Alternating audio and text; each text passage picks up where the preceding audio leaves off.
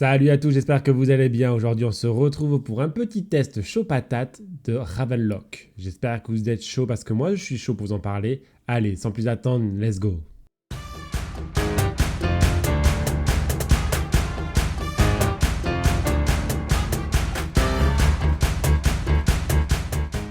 Allez, c'est parti. Et pour commencer, parlons un peu de l'histoire. Vous embarquez dans un voyage enchanteur à Ravenlock, une aventure féerique pleine d'action mettant en scène une jeune héroïne destinée à accomplir une prophétie périlleuse. En tombant sur un miroir mystique, vous êtes transporté dans un monde fantastique ravagé par l'obscurité sinistre d'une reine tyrannique. Le destin attend tous dans une aventure inoubliable et touchante. C'est à peu près le speech de départ. Vous venez de déménager avec vos parents dans une sorte de ferme, et puis dans la grange, vous trouvez un miroir que vous décidez de nettoyer, et en le nettoyant, vous êtes aspiré dedans.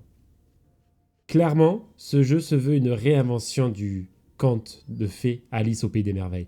Et vous y trouverez beaucoup de références. Le chapelier fou, la reine qui pourrait ressembler à la reine de cœur, le Younger Wookie aussi y est, sous une certaine façon.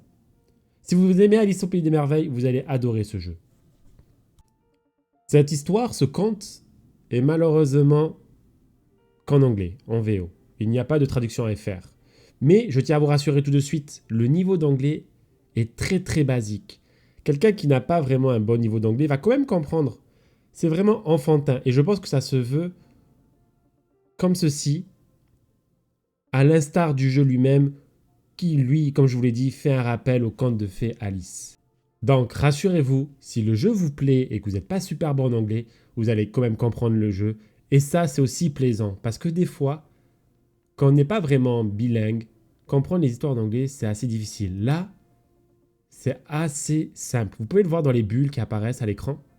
C'est vraiment de l'anglais de base primaire. Comment la narration est faite dans le jeu? Avec une succession de quêtes. Au début, vous pensez que les quêtes sont secondaires, en fait, pas du tout. Toutes les quêtes sont liées.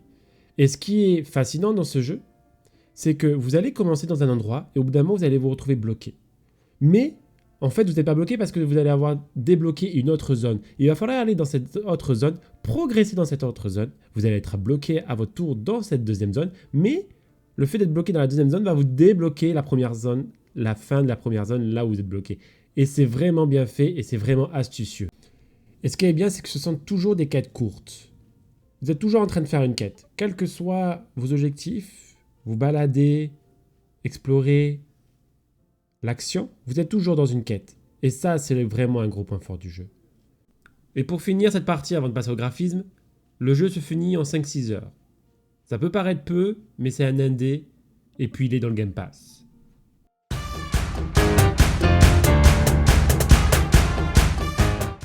Vous avez pu le voir depuis le début du test, oui, c'est du pixel art. Moi-même étant peu fan du genre, j'avais un peu peur de ne pas aimer. Et au final, ça rend vraiment bien et c'est vraiment beau. 4K 60 fps, aucun souci. Très bien optimisé. Et le jeu, mais quel DA! Regardez. C'est vraiment beau, c'est vraiment coloré. Pourtant, le conte d'Alice n'est pas le conte de fées le plus heureux qui soit. Écoutez, il est magistralement bien orchestré dans ce jeu. Très bien réussi cette DA. Moi, je suis totalement conquis. Et vous serez conquis, même si vous n'aimez pas le pixel art, je pense. Maintenant que nous avons parlé graphisme, partons dans ce que je dirais le point un peu décevant, le gameplay.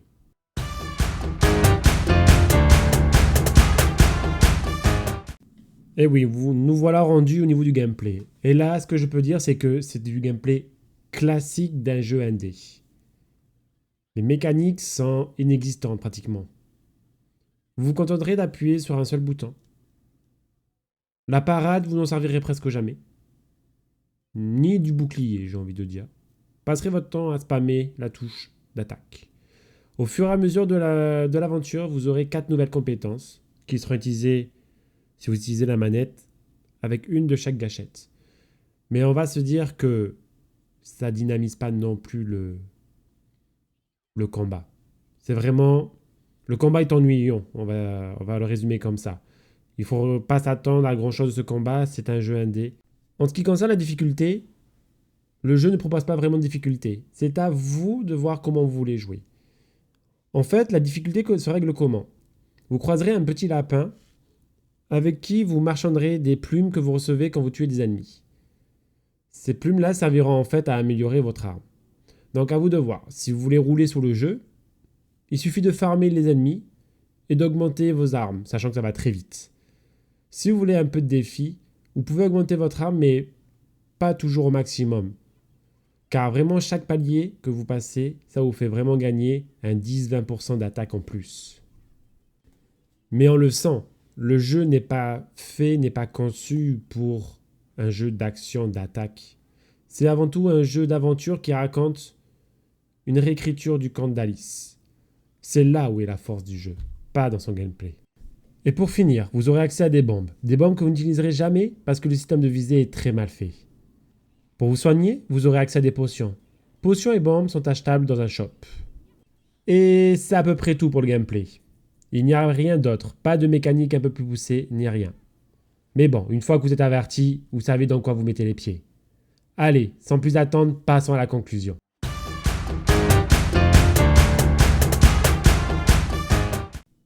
Donc en conclusion, les points positifs d'abord. L'histoire d'Alice au Pays des Merveilles, racontée et bien écrite, on adore. La direction artistique, le côté coloré, enfantin, c'est cool. Ça permet justement de perdre un peu cette notion de noirceur du conte d'Alice au Pays des Merveilles.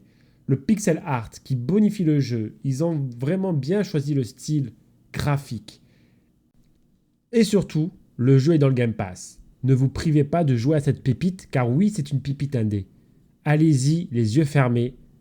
Mais comme tout jeu, il y a aussi des défauts. Et clairement, il n'y en a pas tant que ça. Et ce ne sont pas des défauts majeurs. À moins que, effectivement, le gameplay vous rebute. Les combats sont ennuyants. Pas de grosses mécaniques. Pas à se prendre la tête à faire des combos de boutons. Non. Vous passerez votre temps à appuyer sur un seul bouton et de temps en temps à lancer une attaque spéciale avec une gâchette si vous êtes sur la manette. La durée de vie. Le jeu est tellement prenant qu'en fait on aurait voulu plus de temps. Mais malheureusement, en 4-5 heures, maximum 6 heures, vous l'aurez fini. Et enfin, oui, je l'ai aussi mis dans les points négatifs, le pixel art. Ça peut plaire comme ça peut déplaire. Et je sais que quand ça déplaît, c'est tranchant. C'est pas « ah, ça me plaît un peu » ou pas, c'est oui ou non. Et voilà qui conclut le test de Ravenlock. J'espère que vous avez apprécié la vidéo. N'hésitez pas à commenter, à liker et à vous abonner à la chaîne. Je vous dis à très bientôt pour un nouveau test chaud patate.